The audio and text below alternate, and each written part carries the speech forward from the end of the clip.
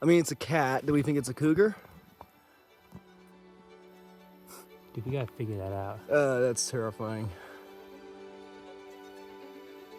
Should we, Dude, I think it might be a lynx. Actually, dude, I think that's a lynx.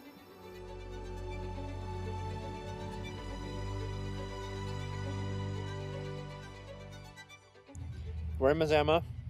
We're waiting for my mom. She's about half an hour out. We found this nice hammock to hang out on. And in about an hour or so, we should be up at Harz Pass and on our way hiking. All right, we're at Harz Pass. We're starting out right now. It's about 2:20 or something, and we're hoping to do maybe 7 miles tonight. So it's gonna be short, but tomorrow we're gonna do a full day. Day one, there weren't too many highlights in terms of birds and mammals. We had a lot of the expected vocal Colombian ground squirrels, and then we saw a nice assortment of both Townsend's and yellow pine chipmunks, which was cool. Townsend chipmunk here. We had a Colombian ground squirrel a second ago, but this is our second little mammal of the trip. Some other things of interest, there were a lot of interesting butterflies, a lot of fritillaries and some blues. I'm not too good at identifying to species level, but it was really interesting seeing all these butterflies around, and of course the wildflowers. In terms of birds, we didn't have too much, but the most interesting highlight bird-wise by far was we had a boreal owl calling a little maybe 7 miles up the trail by a woody pass. we are filtering some water here at this very nice creek.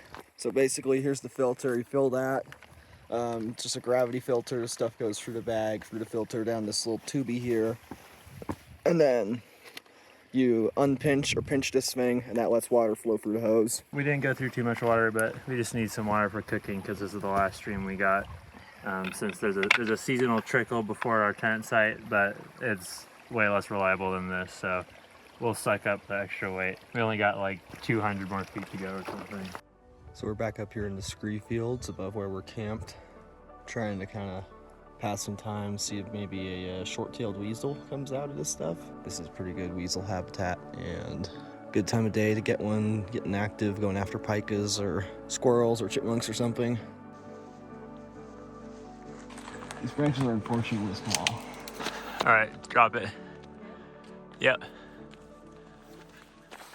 Well, we just hung up the bags for bears. Unfortunately, there weren't a lot of good trees that were far apart. So if a bear really wants this food, it just has to climb the tree. But it's the psychology of putting it up in the trees that really matters.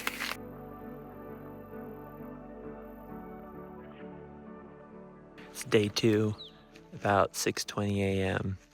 We're getting a nice early start. We have about 17 miles today, but we should be able to pace ourselves pretty consistently. Since this was our first full day and we were doing a lot of mileage, we kind of cruised through a lot of it, but since we did cover so much ground, we had a lot of opportunities to see some cool wildlife. Our first spruce grouse, we had a single female down the trail a bit by Shaw Creek. This is definitely a spruce. Hype. Yeah, dude, that's super chill. So we've got a female spruce grouse here, which was definitely kind of a big target for us on this trip, was getting some spruce grouse. She's in Okanagan County, just barely. Pretty tough bird in Washington State. I mean, they're around, but not a lot of places you can see them. We also saw loads of Cascade gold-mantled ground squirrels, which are always cool. And then we continue to see lots and lots of Colombian ground squirrels, as well as expected yellow pine and Townsend's chipmunks. Around when we got near Hopkins Lake, I started to notice that a lot of the yellow pine chipmunks looked a lot redder than I typically see them in the South Cascades or Central Cascades. And having just been in the Selkirks a few days ago, they reminded me of red-tailed chipmunks.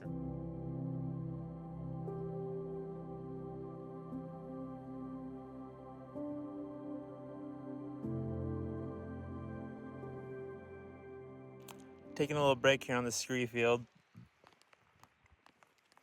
We're about 6 or 7 miles from Hopkins Lake, where we're planning on spending the night at. Generally pretty great weather. Not crazy bird activity, but not necessarily expected in the middle of the day like now. So things have been going pretty well, and we're hoping we're gonna stay the night at Hopkins Lake, probably just leave our stuff at the tent site and bring a day pack, touch the border and come back tomorrow. Day 3 was a pretty easy day. We were a little bit tired from day 2, and so we just went down to the border from Hopkins Lake and then back and spent the afternoon around the lake. We didn't have a ton between the lake and the border. A lot of free-toed woodpeckers, a lot of pine grosbeaks, a lot of red squirrels, more chipmunks, mostly yellow pine, but I think a few Townsends as well. Columbian ground squirrels, no golden male ground squirrels, but we weren't really in very good habitat for them.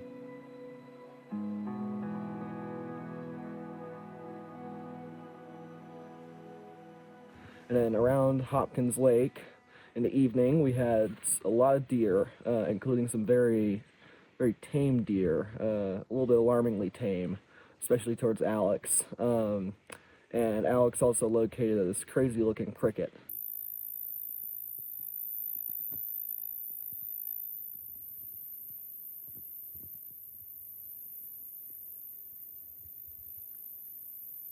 We, at this point, had also had pikas on about every single scree field that we had been to, so we had mostly stopped spending a lot of time on pikas, but we did take some time to get some video of one especially friendly individual. Day 4 was a pretty chill day. I mean, we went pretty slowly. We had some cool birds. We had a calliope hummingbird, which is an excellent bird for Whatcom County. We also had large movement of evening grosbeaks, well over 100, mostly immature birds just moving through. And Liam had a white-winged crossbill fly over while ascending up from Hopkins Lake. I'm gonna pull some food out real quick.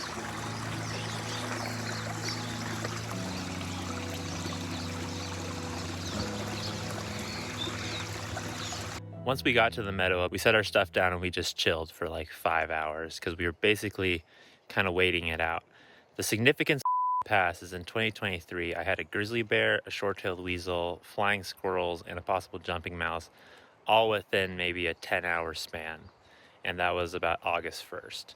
And so what we were trying to do is sit around for a while and see if we'd have any luck with specifically short-tailed weasel. Basically, setting up camp and kind of just sitting there and hoping it ran by, because that's how we had it in 2023. Unfortunately, we didn't really have a lot of success. It was a bit windy, which doesn't mean much for mammals, but there wasn't a lot of bird activity to keep us occupied. And so around 7 p.m., we decided to descend down to the actual pass from the meadow above it. And we would meet our mom down there where she set up camp for us.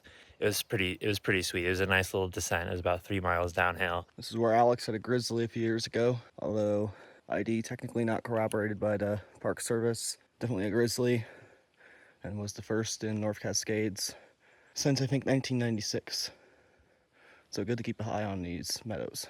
And when we got down there, the trail workers, they had set up this table and they were making a bunch of pancakes, and so it was super sweet showing up down there and having a pancake dinner. Having not had much luck with our targets in that meadow, Liam and I, after having our pancake dinner, we decided to walk a little bit further west because it looked like good habitat, and we were going to try to get some flying squirrels in that area. And so we walked out there once it was about dark, maybe around 9:50. Well, we just had a nice pancake dinner and we're walking down here and we're going to keep our ear out for some flying squirrels because it looks like pretty good habitat, and there's this really nice meadow we're in, so who knows what might be in this meadow. Just flew in right behind you. Yeah, I mean, according to Liam, maybe something just showed up. We walked maybe 200 feet or so west down the trail and we got to this meadow. And this meadow, I exclaimed at the time that this meadow was fantastic habitat. It was like textbook boreal meadow habitat, which is like really awesome for a lot of things. We kind of sat there, we were listening for the scratching of flying squirrels, which is how I found them in the past. And I thought I saw movement of something that landed on a tree. And so I asked Liam, can I have the light? And I shined the light over to where I saw the movement, and it wasn't anything. But quickly, my attention caught this eye shine that was right behind where I saw the movement, completely unrelated. And the eye shine, my first impression was that it was a cougar. It was it clearly wasn't a deer. It looked like a cat. And I didn't really have many cats on my radar at the time because lynx is so rare, bobcat isn't really up here, and cougar's kind of like the only option. I mean, it's a cat. Do we think it's a cougar? Dude, we gotta figure that out. That's terrifying. Should we, Dude, I think it might be a lynx. Actually, dude, I think that's a lynx. It's not a cougar. No. It's too small. No, dude, I 100% think it's a lynx. We should go towards it some to get a better view. Here, Do you have your knockers at all? Yeah, no, here we go, here. Oh my god. Oh my god. That's, I mean, is it a bobcat or a lynx? It has to be a lynx.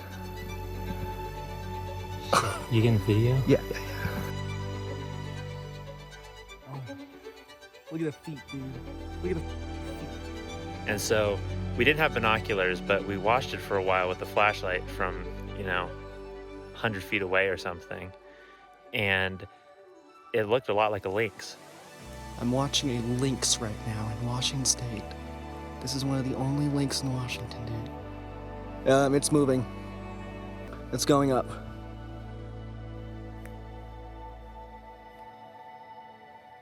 It's going left. It's still right here.